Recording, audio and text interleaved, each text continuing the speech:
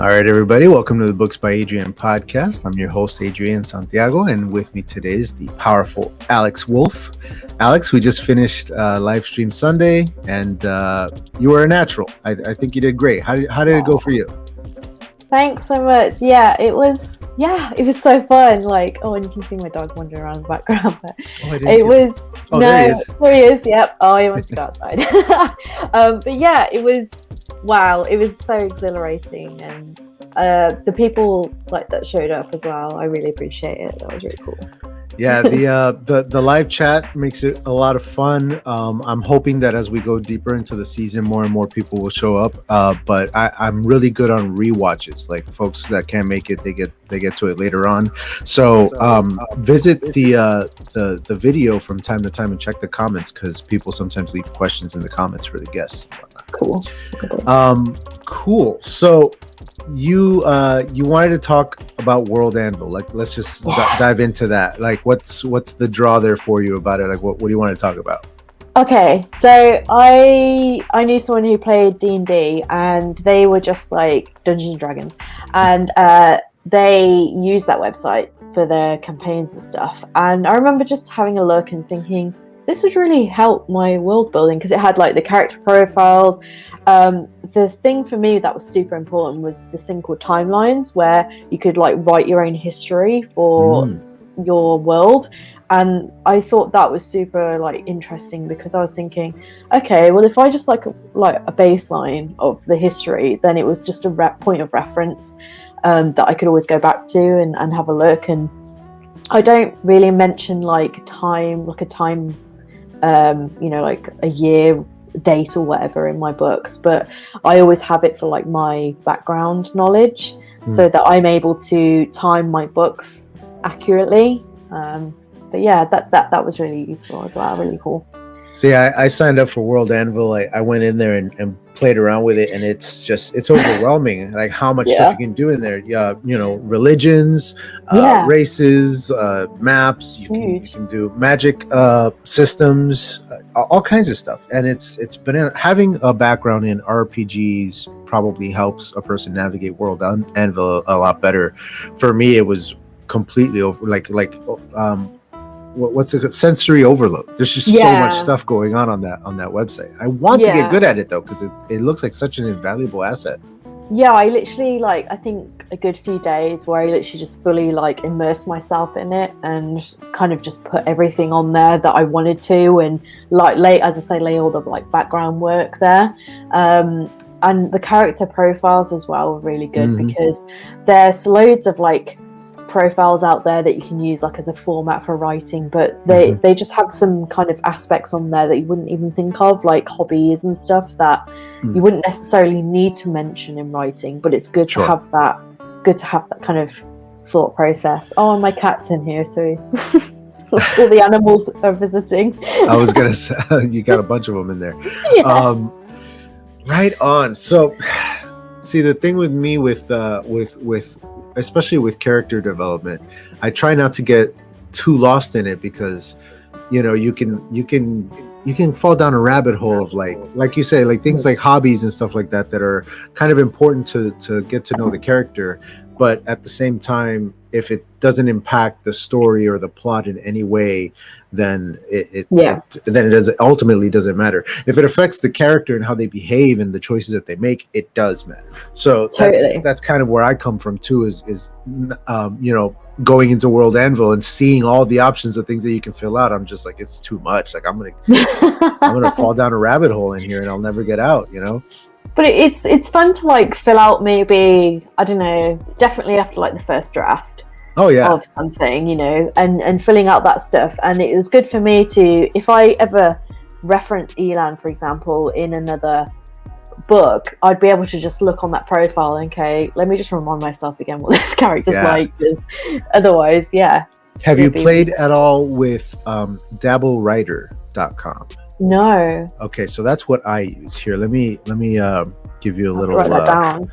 DABBLE. Here, I can give you a little, what's it called? A little preview. I'll open it up on my computer here and I will share my screen. So Dabble Writer is cool because it's specifically for writing manuscripts.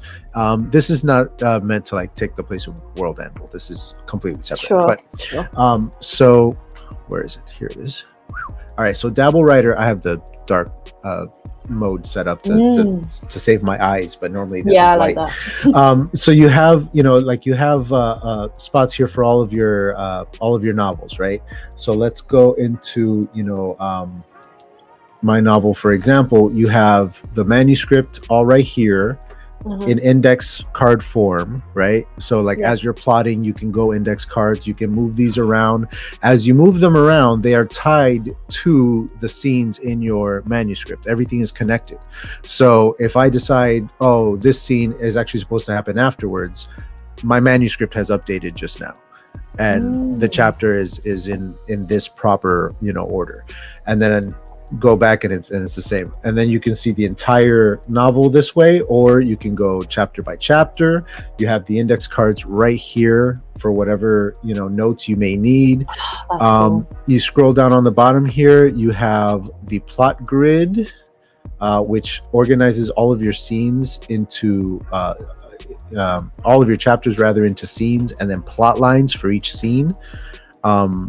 It's crazy. You have a place for character notes, a place for world building, all that stuff. But the index cards is what drew me to this. The versatility of it, and being able to eliminate physical index cards and still be able to do that as part of my process. I love this thing. I swear by it.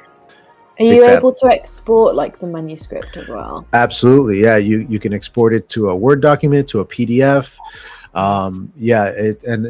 It's made specifically for novel writing. It's not like a Word document, for example, that's just meant for typing in general, not necessarily specifically for novels. This is specifically for novels. There's a free trial version, and then there's a pro version, but even the pro is only I don't know, $10 a month or something cheap like that. It's not crazy. Oh, it's like a monthly subscription as well. Or you can pay for a full year, or whatever you prefer to do, and save money that way. There's a free version. You just can't do as much. And then but it the idea that it's web-based is great, because I can do it on my phone when I'm waiting to start my shift at work. I can do it on my computer at work. I don't need to worry about lugging around all my stuff. It's all right there. So that's a big one. I also saw that you had a prologue, and I really like that, because that was something I saw recently where some fantasy, especially, some people really hate prologues, but I love prologues. I love a good prologue. I love a good prologue, and I have an epilogue too, because I'm that's how I roll. What's funny is that my book only exists because of that prologue. I wrote what was basically a short story. It's 8,000 words, and by the time I was done, I was like, oh no, this is the prologue to a novel, and then I remember halfway through the novel, oh no, this is the first novel in a trilogy. It just kept growing, thriller, right? It's so cool. That's definitely how Elan started as well. I'm pretty sure the prologue in that was a dream, and I just wrote it all out, and then suddenly it grew into this book. So that's really cool. And then epilogues are fun, because especially if you're writing a series, because you can end your story for that book in that final chapter, but then in the epilogue you can set up the next book, and that's kind of what I do here. And I'm going for the gut punch with my epilogue. I want to make people cry. I want people to throw the book across the room. I want it to be messed up. That's what I did.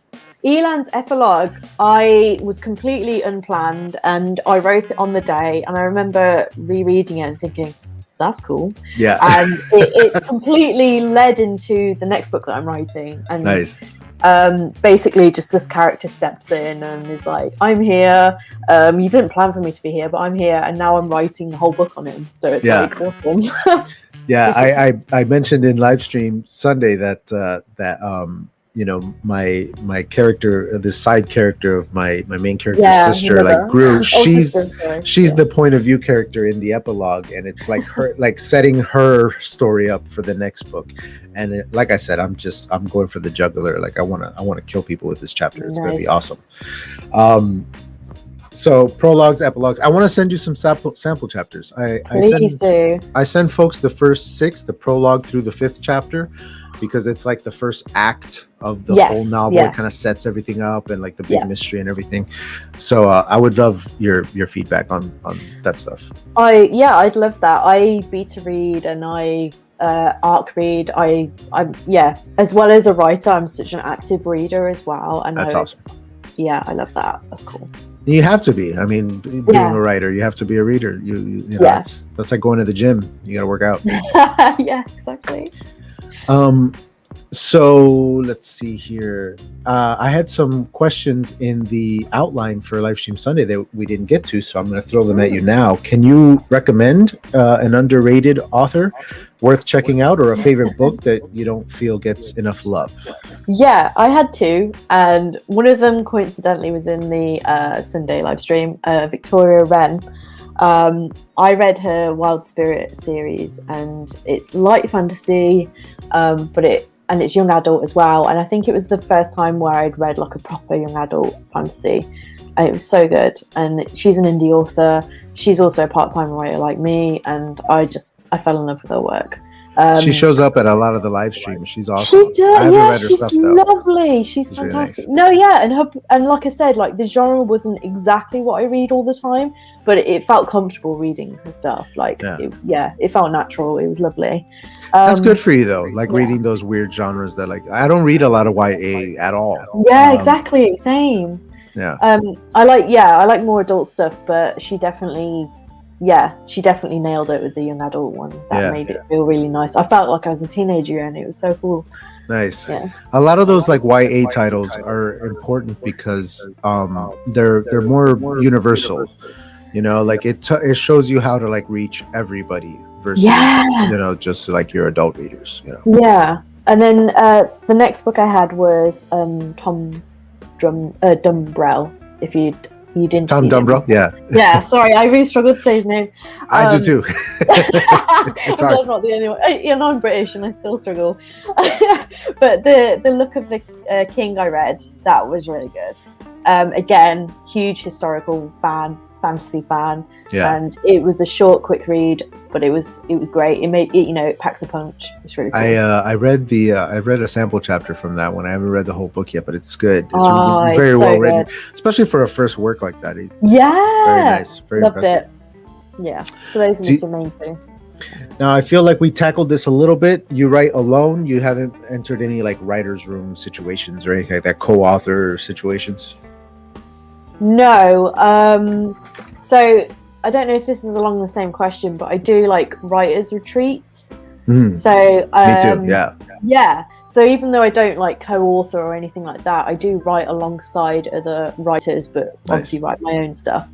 There's especially it's based in the UK. It's a Writers HQ. It's called, and they do loads of like weekly sessions, and basically the times when I need to fit in my writing. So in the evenings or at the weekend, and it's online. They used to do it in person. They're also, almost going back to going into person as well in the UK, but they're online, and it's just a host, kind of like what you do, and we just write for a bunch of hours together, and we set a goal for ourselves, and then we chat about it, and it's really fun.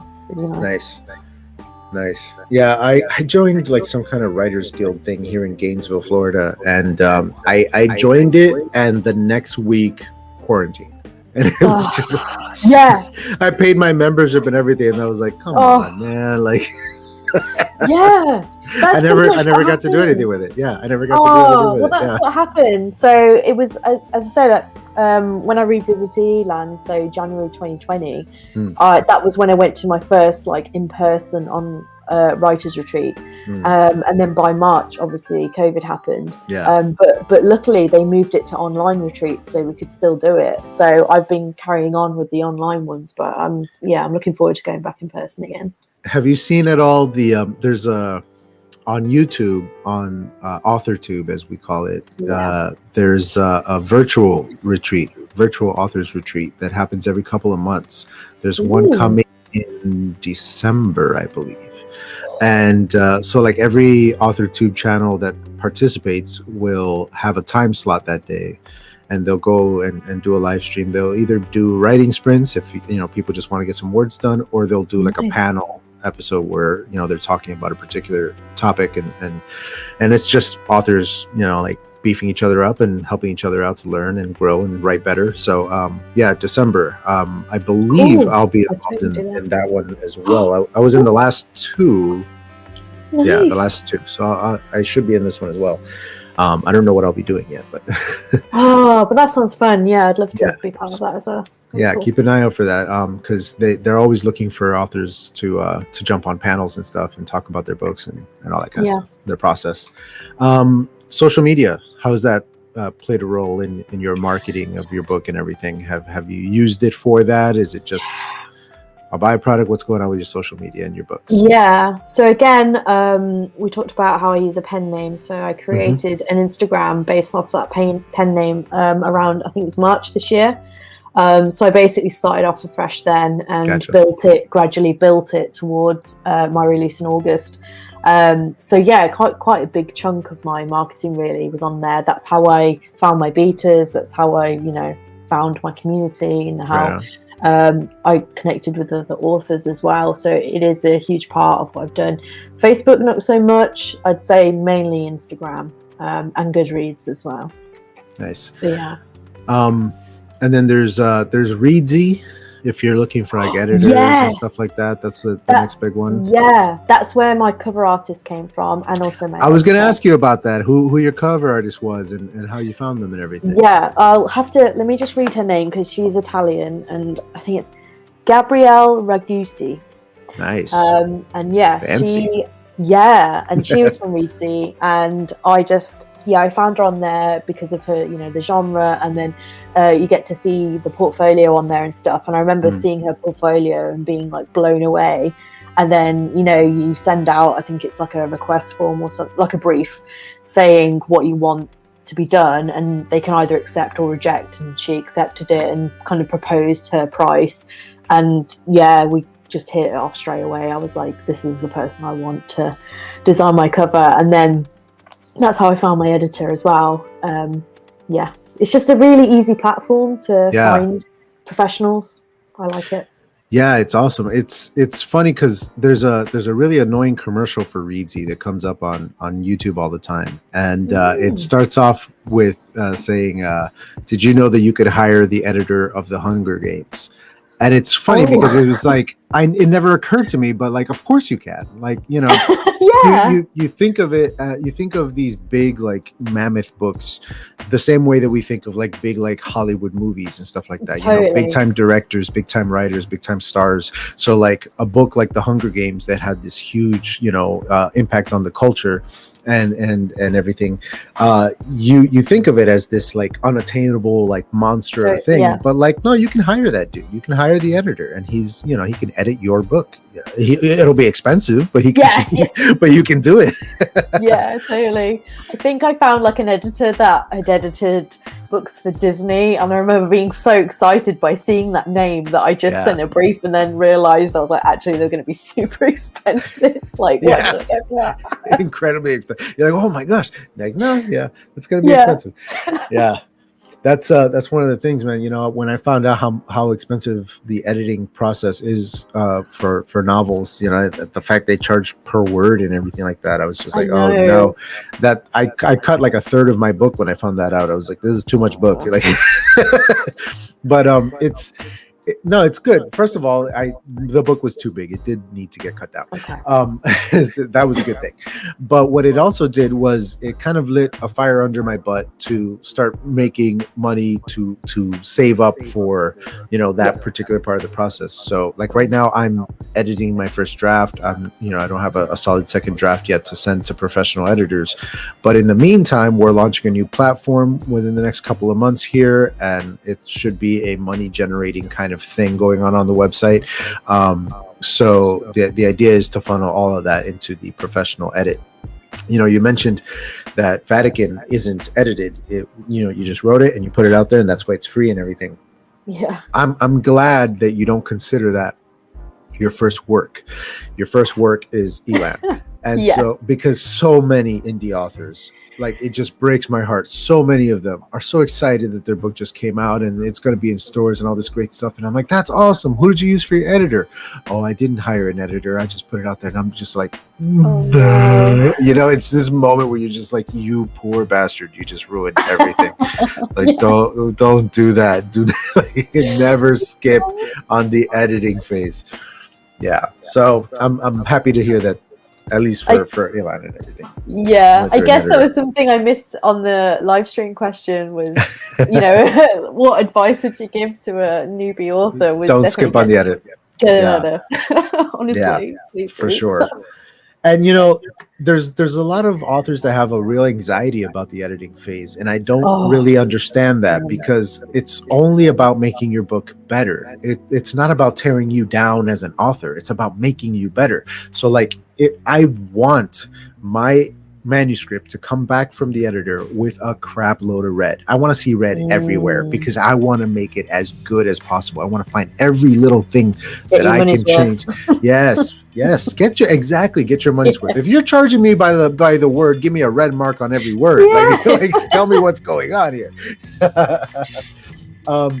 So we covered a little bit about how, like, since COVID, we haven't, you know, there's not a lot of public events and stuff like that. But are you planning on doing, or do you desire to do, like, book signings? I know you said you went to like a comic convention recently. Yeah. So talk about that a little bit about you know, meeting people who read your book and buy your book. That was, it was really nerve-wracking, because it was a Comic-Con that I regularly attended before COVID as an artist. So I knew it was one that I was familiar with, but I knew it would be new in respect that I had a book to sell as well. So I wasn't sure how well that would go down. But it actually was really well. And I thought it'd be good practice for me of selling my book as well, and, you know, talking about it. And it was a Comic-Con, and, you know, there's quite a few fantasy lovers there as well. So that was really cool. And meeting people that, you know, kind of talked to me and then decided to go, I'll buy your book. And I remember being like, wow, that's so cool. Like, I don't know, I was just not expecting to sell any. And then when you sell a few, it kind of, you know, really boosts your, I don't know, it really picked me up a bit. I felt really cool. And then also, obviously, they were like, well, can you sign it? And I was like, oh, of course I can. So, signing it, and then, giving it to them. And then, you know, I was just praying that they liked the book afterwards. There was also a particular, like, example where this young teen came to my stall and was like, I came here specifically to buy your book. And I was like, whoa, that's so cool. And, you know, we had a photo together. You know, she was like, oh, can we have a photo together? And I was like, yeah, sure. And I remember that just made my entire day. I was like, right, I don't have to sell anything now, because that's just, you know, made my whole day now. That was really fun.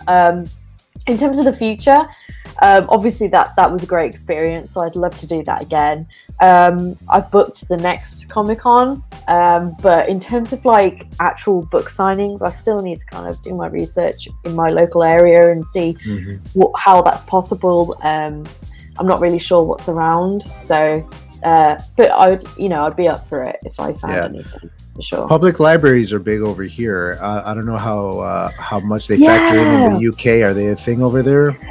Not very much. Well, we have them, and I've been to my public library, but they do more events for children rather than adults. And that's where it would be tricky, because even though this is young adult, like my book, I'm not sure how many teens would be, you know, going and getting a book. So I still need to figure that out and, like, research that bit. But I don't know if it would be public libraries or, like, bookstores. I think might be a better option. I've seen a lot of, like, UK authors go to, like, bookstores. So especially like little, like, mom and pop ones, like little, you know, like, not necessarily the big, like, Barnes and Nobles and stuff like that, but like the smaller bookstores, they like doing little events like that with local authors especially. So that's definitely a good way to go. Right on. You know, you mentioned meeting people at the Comic-Con, giving your book out, a person who was there specifically to get your book. I've asked this particular question of a lot of my guests before. I'm fascinated by this question. as an author, you're going to have an audience. You're going to have a certain group of people who are going to like your stuff and buy it and read it regularly. And before I, started writing my book, or I still haven't put it out. So even now, I wonder what my audience is going to look like. I probably have a vague idea of like who I think is going to like my books. But like, has anyone surprised you so far? Like, have you run into somebody who's read your book and you're like, this guy? Yeah. I think, because I expect my audience to be kind of like me. So like, nerdy. And, same. It sounds weird, but also female. I'm not sure if males would like my book. That's why I'm really intrigued. If there are guys out there that read my book, I really want to know if you like it or not, because I feel as a writer, I'm so emotive and stuff. I just don't know if it would appeal to the audience. So that would probably surprise me the most was, because I've had, like, as I said, my beta readers were all female, and everyone that I've had feedback from has been practically like me. So I've been kind of like, that's awesome. Whereas, someone that I've not expected yet, I don't. That's funny, man, because your book is, your main character is a male, but the cover is inherently feels very feminine. I must say it does. It has a very like, that kind of like watercolor soft, like like colors to pretty thing that it does. Yeah, it's very pretty, and it just it feels very feminine, and not in a way that it would turn me off from reading it. I'll read anything. What's interesting is, for me, for example, I like you assume that most people who are going to read my stuff are going to look more or less like this. So they're going to be a dude. He's going to like sci-fi stuff. He's going to like serial killer stuff. He's going to like mixed martial arts or whatever. And, people who like what I like are going to read the book. But because I assume that, I purposefully like challenge myself to write characters that were very, very different from myself. So 2 out of my 3 main characters are female. One is a black woman who is a cop, and the other is a very, very pale white woman who is a hippie witch. And I'm like, both of these people have nothing in common with me. Let's let's go with that. Because then my other main character, the male one of the 3, is a little more like me. He's a little, from the Latin descent, he's got the curly dark hair, etc., etc. Like, you can't help but kind of represent yourself a little bit. So I was like, I need to challenge myself to represent something completely different from me, and hope that is going to reach people and bring them in, Yeah. Well, as I said, I'm super excited to like read your stuff as well. Like, I think I like it. I hope you do. I hope you do. It's I'm trying some. I keep explaining to people that I'm breaking every rule that our authors tell you not to break on your first novel. It's an epic. It's way too big. It has more than one main character. It's the first of a trilogy. All of these are rules that they say do not do that for your first book. Well, I was told not to do hardcover, and I just went hardcover because I love hardcovers. Yeah, same. And I was like, this is my first book. Well, it's because of like the financial thing. Like, you don't get much royalties on it. But I was like, well, I'm not doing it for the money, so I'm just going to get a hardcover anyway. Don't tell me not to print a hardcover. I was like, then I'll do it. Interestingly as well, opposite to you, I write a lot of male characters. I don't know why.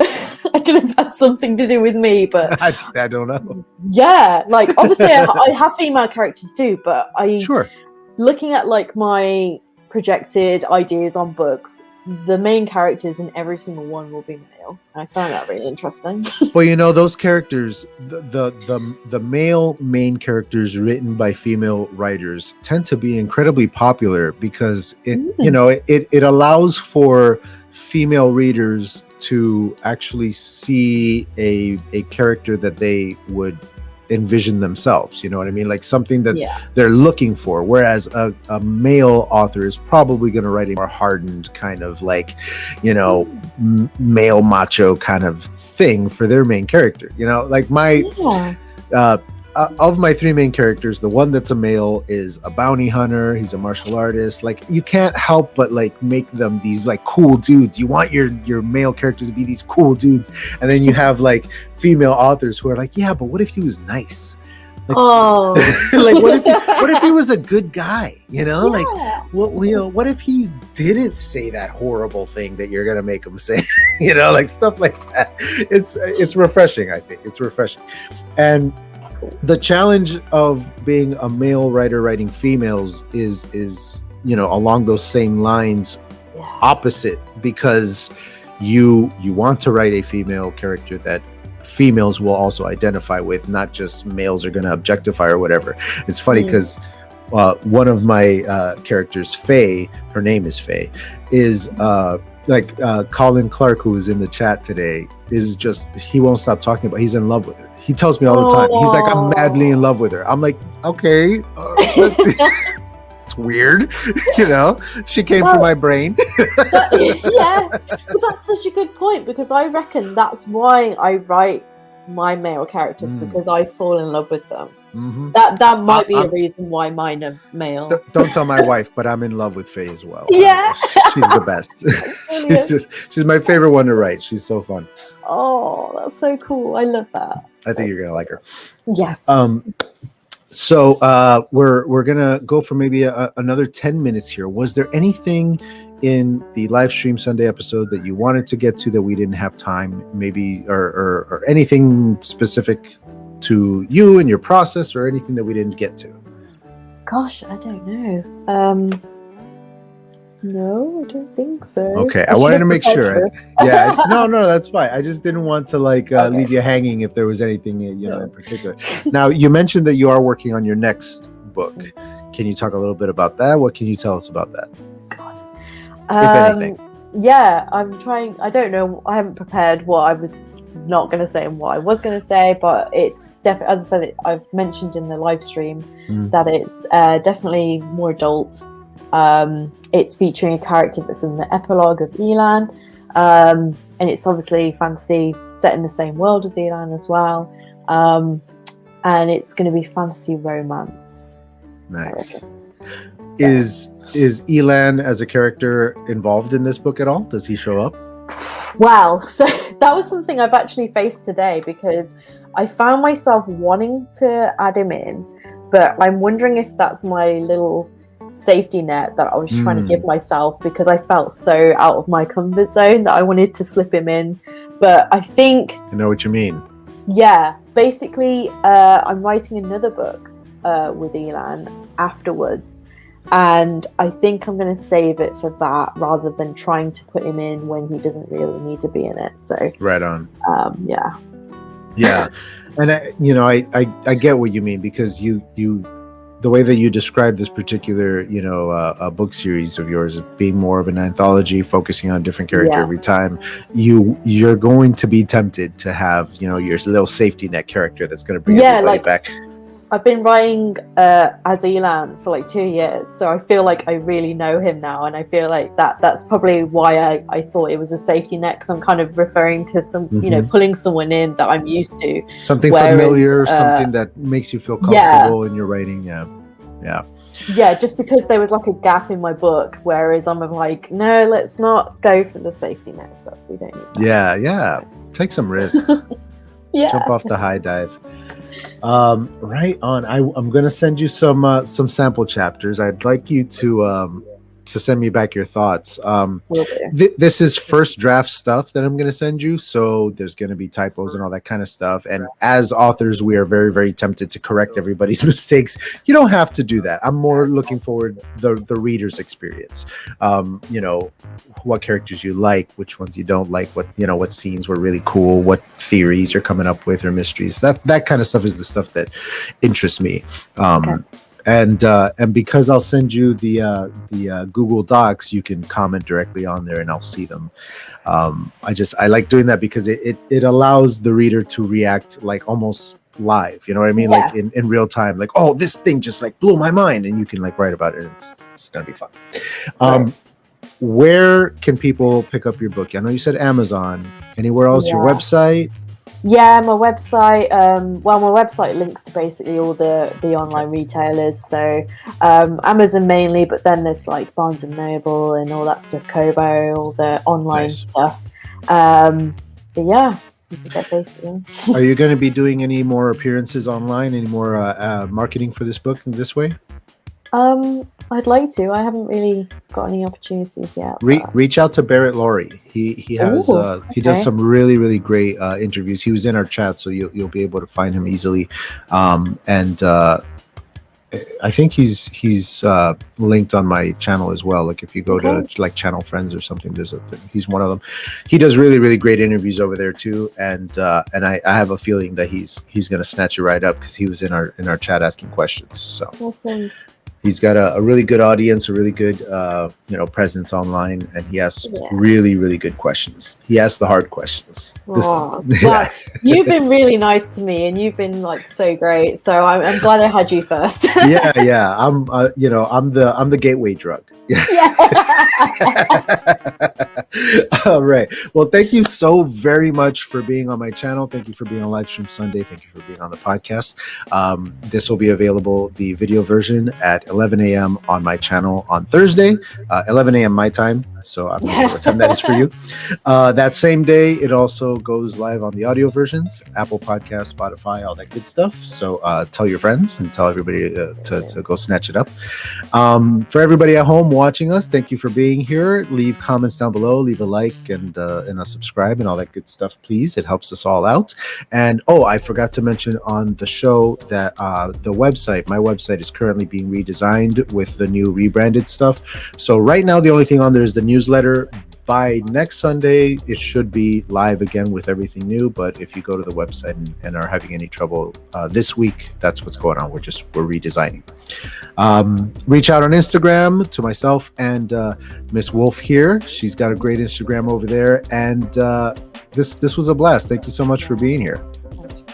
We're going to have you back for season 4 or whenever your next book comes out. We'll come back and hype that up. All right, guys. Thank you very much. Have a great day and sayonara.